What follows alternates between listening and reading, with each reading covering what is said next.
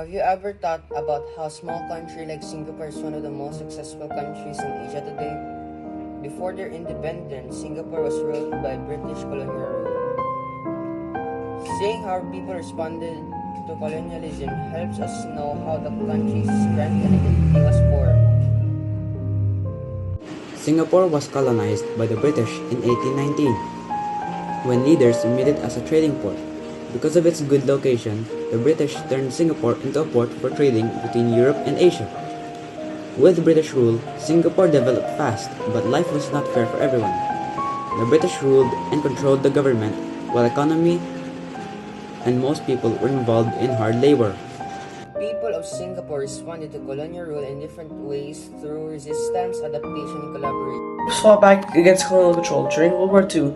When the Japanese invaded in 1942, many people suffered under new rule.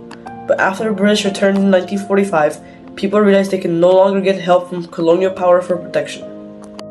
Other Singaporeans choose to adapt. They learned English, worked in colonial offices, and used new education system introduced by the British.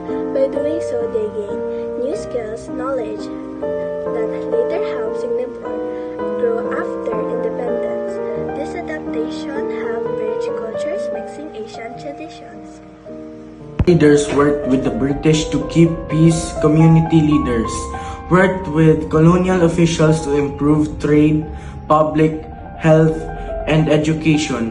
While this corporation supported colonial control for a time, it is also allowed Singapore to develop strong institutions that later supported independence. Singapore's responses to colonialism, from resistance to adaptation and collaboration, shaped its identity as a nation that values hard work, unity, and progress. The lessons learned during colonial times helped its leaders guide the country toward full independence in 1965.